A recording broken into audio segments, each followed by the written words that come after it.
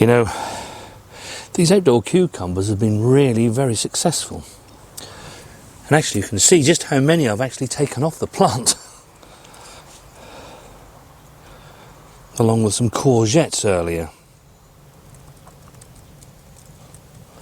It's a very good harvest, isn't it? It's, It is, and I think it gives people hope if you don't have glass structures or a polytunnel. You can actually still grow very nice cucumbers outside.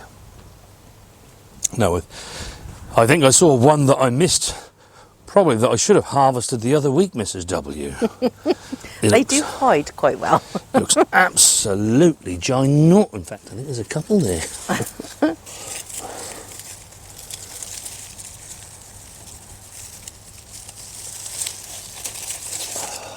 Oh, look at that.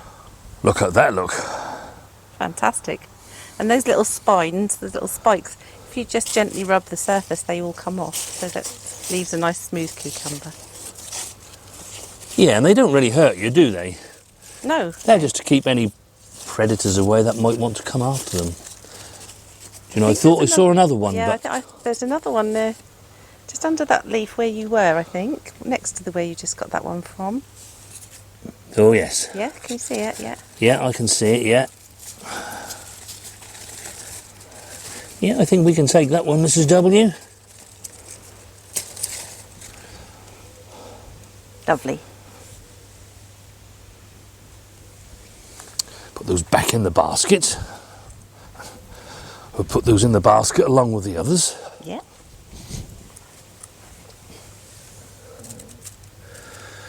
Quite a lot of cucumber. Luckily, we know plenty of people that like cucumbers, so it's not just down to us just to eat all of these. Now, in today's video, we're going to take a look at the greenhouse, the raised bed, and I also need to plant some more brassicas, Mrs. W. Yes, keep on top of that, definitely.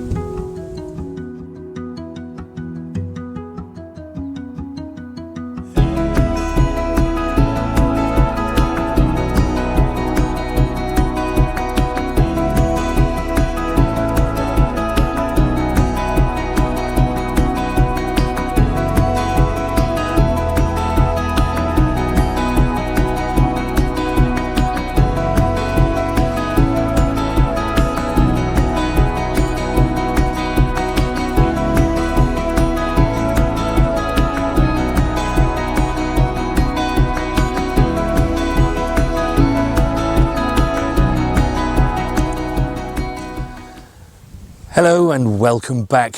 It's good to see you all again. Now, if you're a regular follower of our programme, you'll know that we had some problems germinating our peas earlier in the season, which resulted in them going very late going into the ground. And of course that also meant that these beans went into the ground really, really late.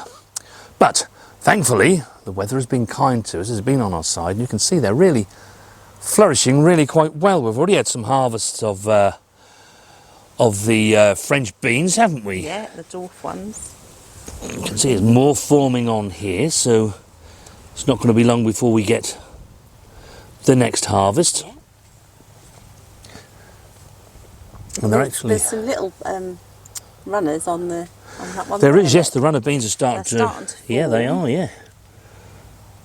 Just there, so hopefully we will get... You can see these French beans, they've got really to quite a good size, really. Yeah, they need to be harvested now, really, don't they? Yeah. Those two. They certainly do. So I don't think it's going to be too long before we're in full production. And if the weather stays on our side through the back end of August and into September, I can actually see us getting a really good harvest. But to aid that, and regardless whether it's now or whether you planted your runner beans back in May, once they get to the height that you want, what you really want to do is to then take out the growing tip.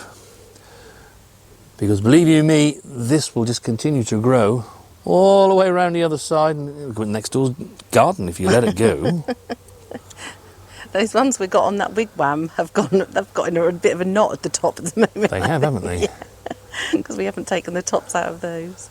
And by doing this, the plant will start to send out shoots from the side and will begin to bush out. Do I have any more I need to do? Oh, there's another one here, look. And there's one just near me here.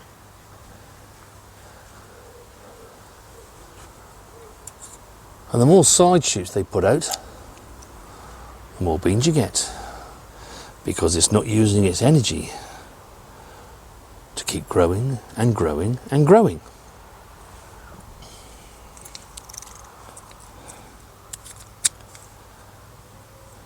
So that's really good. I'm really pleased with that. I was a bit concerned whether we'd get harvests off these, but it really does look like we shall.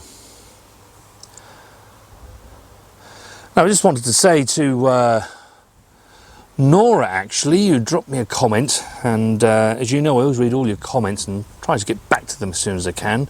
Sometimes it may take a couple of days because I'm away with my work, but I do try to answer each of your comments. And I was so sorry to hear, Nora, that your potatoes succumbed to blight. It's a devastating disease. And when you've nurtured those plants all that time and then they succumb to that, it really is awful. And I know that both yourself and John, you're avid viewers of our channel, and we thank you for that.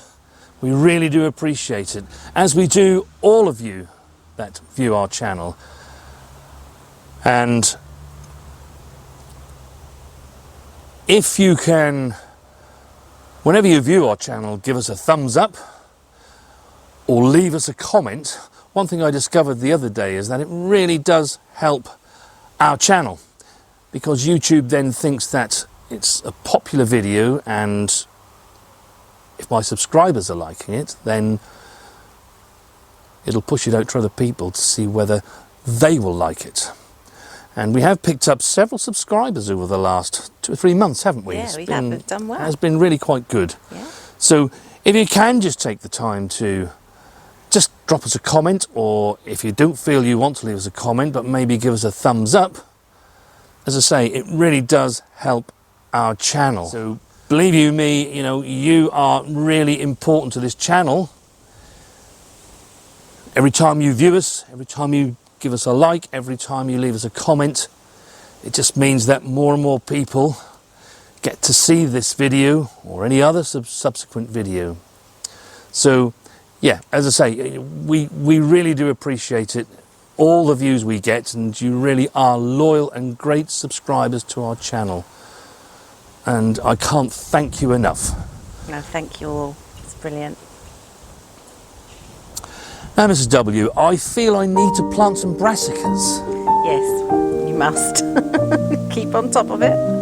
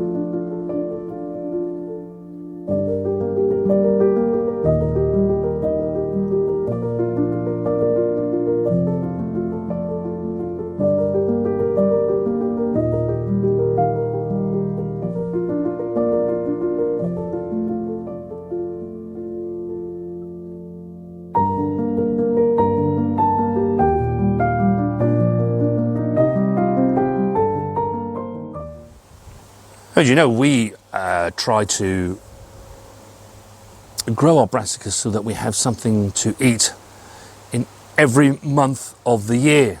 This year we've tried to go for every week of the year, haven't we? Yeah. And the plants that you saw me just planting out, they were some Romanesco, some cabbages and some cauliflower, weren't they? Yes. Yeah. Now, you were supposed to hear me talking on that, but It wasn't I my actually- fault. I promise it was not my fault this time. I actually plugged the microphone in using the wrong end of the lead. So although you can see my lips moving there, you can't hear a word I say. But it is a job that's been done and we've rectified it now.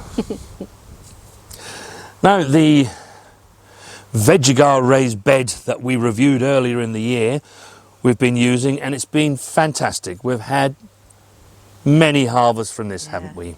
Lots of lettuce. Lots of lettuce. We've been picking the outer leaves. Yes, all of those cucumbers. And what I do need is some spring onions for this evening. We're going to have a nice stir fry. So I can add these to our basket, Mrs. W. Yeah. Actually, let's just show people. And when, regardless whether it's a vegegar raised bed or any other raised bed you make, when you fill it and start planting things, look how much this has gone down. This was full to here, wasn't it? Yes, yeah. It's dropped probably 4 or 5 inches, hasn't it? Settled. Yeah. And we shall top that up again when we get our next set of plants in it. This is not the end for this bed for this year. We have plans to grow things in here over winter, don't we, Mrs. W? Yeah. I'm going to waste the space. And it's, you know, going back to the Market Moor cucumber, just look how prolific it is. We have more cucumbers on the way, and they're still sending up flowers. But look at here, Mrs. W, look, we have an outdoor tomato now starting to turn, look. Yeah. Ooh. Looking good. They have been a bit later this year, the tomatoes have, haven't they? They have, but that's also really to do with the weather in the earlier part of the year, and we didn't feel that we wanted to plant them out at that time. In hindsight, we probably just should have done, shouldn't we? Yeah, I think so. But like I always say, guys, you learn something new every single day, and especially when you're gardening. This courgette that we put in on the end, I obviously love where it is. We've had so many courgettes from that, haven't we? Yes. And I think the fact that it's off the ground, it's got a really nice habit of how it's come over the edge of the bed and everything. It seems to like that. It gets plenty of sunshine, doesn't it? Yes, it does, yeah. Even the pepper. This is one of the overwintered peppers that I overwintered indoors last year, and I planted that out. Got lovely peppers coming on there. Nice big one there. Not red yet, though. Not red yet. The other noticeable thing is that, you know, with the courgette just being in here, and this has been hugely prolific. I can't tell you how many courgettes we've actually had just off this one plant. But we don't seem to have got so much powdery mildew, do we? No, no. No, it seems very happy here, doesn't it? Another exciting thing is that our blackberries are ready. Yes. I often talk about the soft fruit, and you know, if you think about it, we only have 2 gooseberry bushes,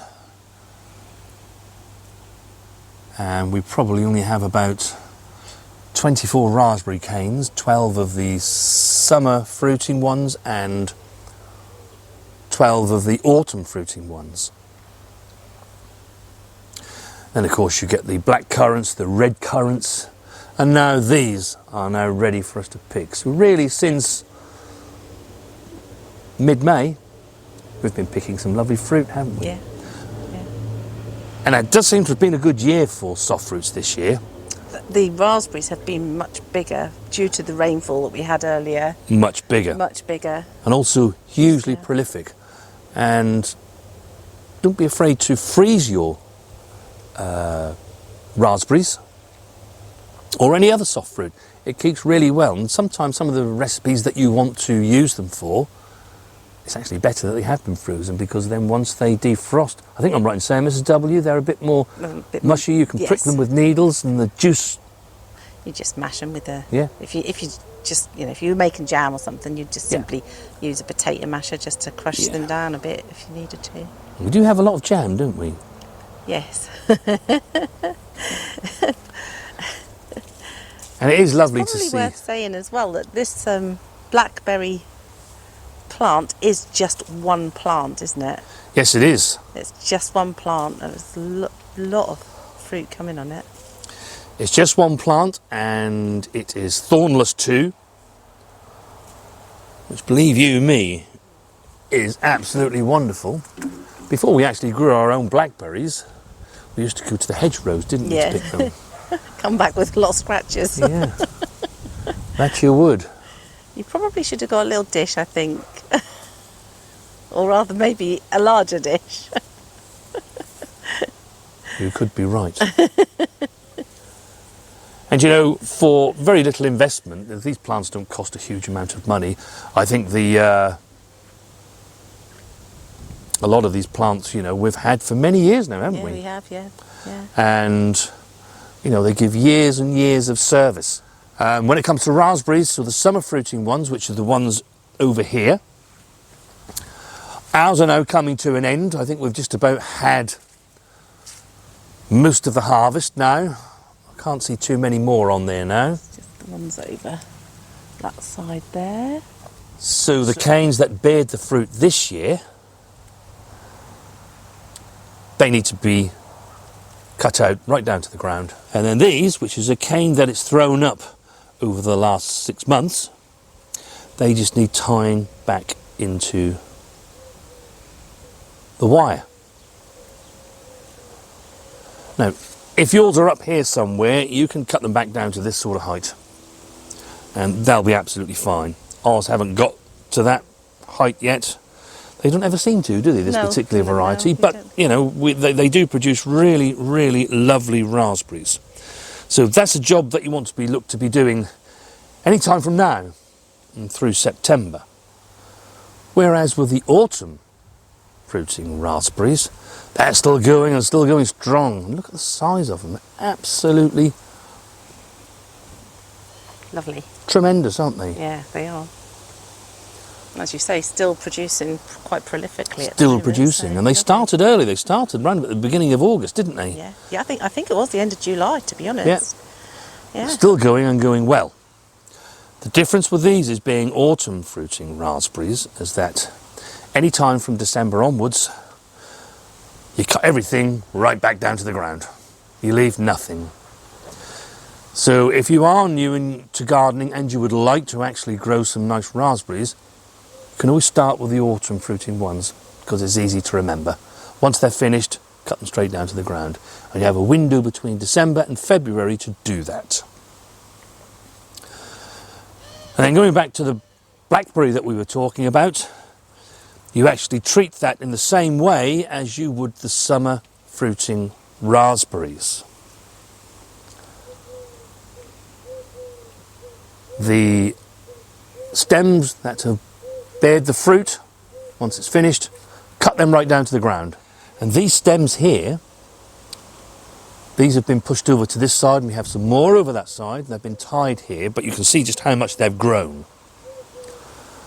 Once you've cut the stems down that bared the fruit this year, untie these, get them back up onto your frame, tie them in, and then we generally cut them back to here, don't we? The top of the so they're just above support. The top support, yes. And we try and aim for about 6 to 8 canes across there, don't we? And anything more, like the strongest canes we put there, and anything a little bit weaker or any of that we just cut out at the bottom. And we most certainly do.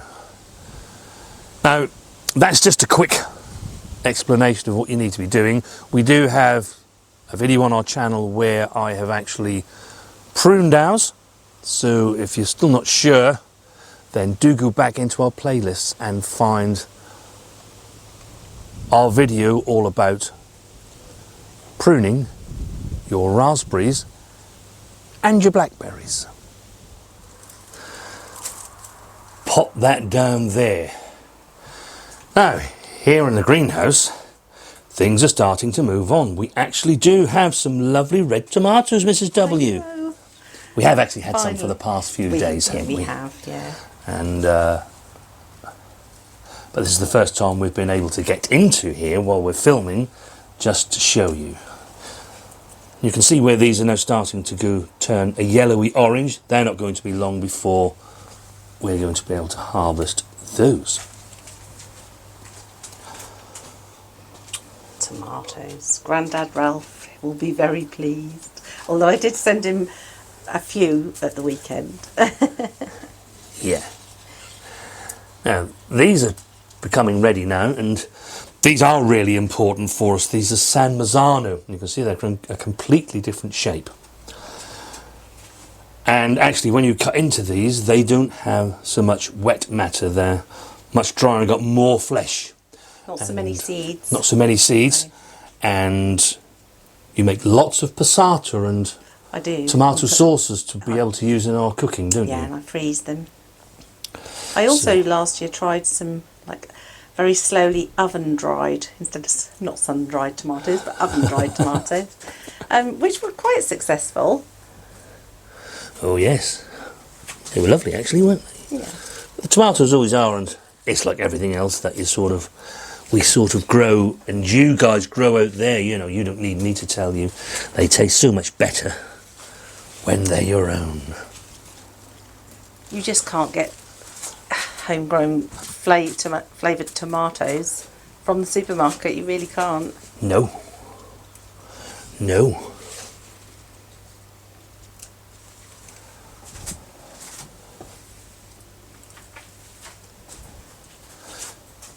Oh, there's another couple at the back here, Mrs. W. Yeah, they hide. We mustn't forget those, must we? Look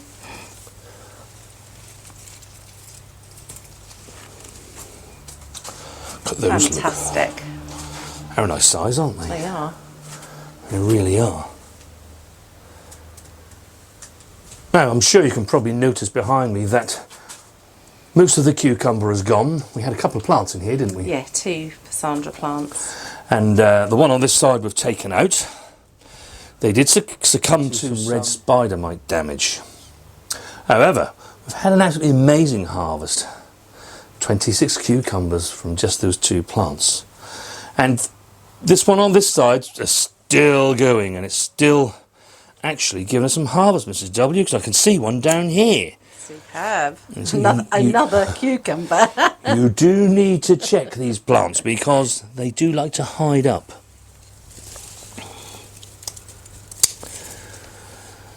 And I know that several of you guys out there have grown this particular variety. We always extol its virtues, and you also concur with us. They are really lovely cucumbers, very prolific.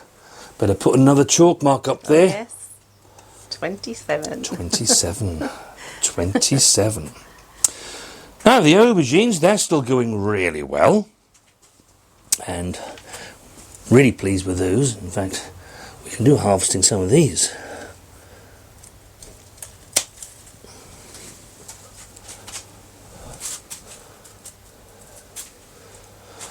The basket is beginning to fill, Mrs. W. To bulge.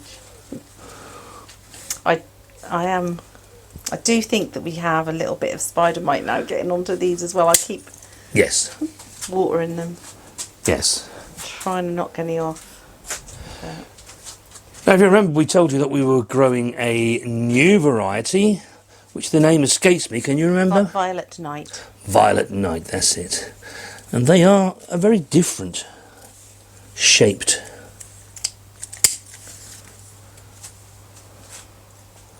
aubergine. It's like a purple courgette, isn't it? Yes.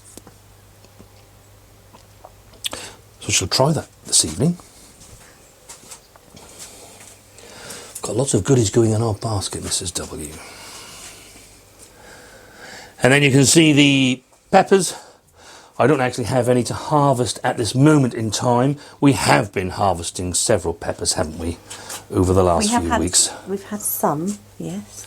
But there are still plenty about, and they are starting to turn. This one is now starting to go, look. Yes, yeah. Hang on, I can't see that very well. That's it, yeah. So we'll have more peppers to eat And there's very soon. quite a few on that new variety here, isn't there? Yes, there is, yes. They're looking... They're good size too, aren't they? And there's some nice ones on here. I can find. So yeah, we're definitely going to have peppers. Look at the colours in that basket. They're amazing. Beautiful rainbows. Yeah.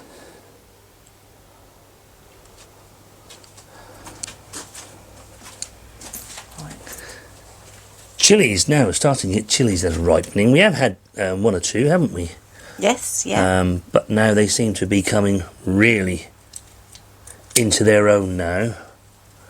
You can see on the bush that there are still plenty to come.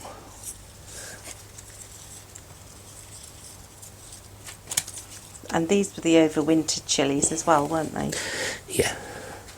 And they're jalapenos, aren't they? Yes. Yeah.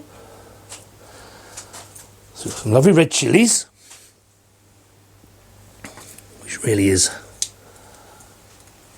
quite welcome. We do like a bit of chilli, don't we? Definitely. Not one really that go for really hot chilies, are we? No. But we do like a little bit of heat, don't we? Yeah. Now the other thing that I just need to do is to actually take the tops out of these. We've already done the outdoor ones, and then this will start to hasten the harvests. You can see, although this one has got one on here, it's not going to have enough time to be able to get large enough and then ripen. So you're better off cutting the tops out and enjoy what you have to come.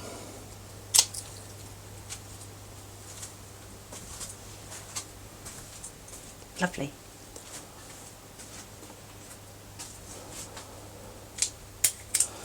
So some really nice size jalapenos on here, Mrs. W. Yeah, there is. We've got plenty of chilies on the way. Those chrysanthemums, Mrs. W. Beautiful, aren't they? Yeah. We bought those little tiny plug plants at Gardeners World Live probably 2018, 20, something like that, wasn't it? Yeah. And there's another one here. This one hasn't come back quite as well this year. No. But it's still there, still hanging on. There, yes, it is. And my dear old dad used to grow chrysanthemums, and when we got the opportunity to buy some, we thought we'd plant some in here in memory of him. Yes. So it's always a real pleasure to come and sit at this bench, you know, whether it be the marigolds, sit here with Poppy, to sit here with Mrs. W, because we do like to enjoy our garden. From here I can survey most of what's going on, but also to see these lovely, lovely chrysanthemums. So looky here, we have a wonderful bounty, don't we? We certainly do. And we do need to be using some of these things this evening.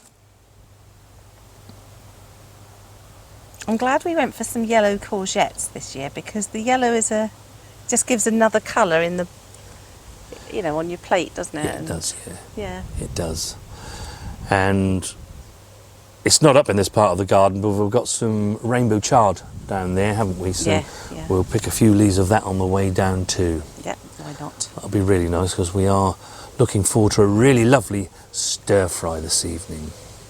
And all of these vegetables here that we have, they're really great to use in stir fries and give a lot of colour and flavour.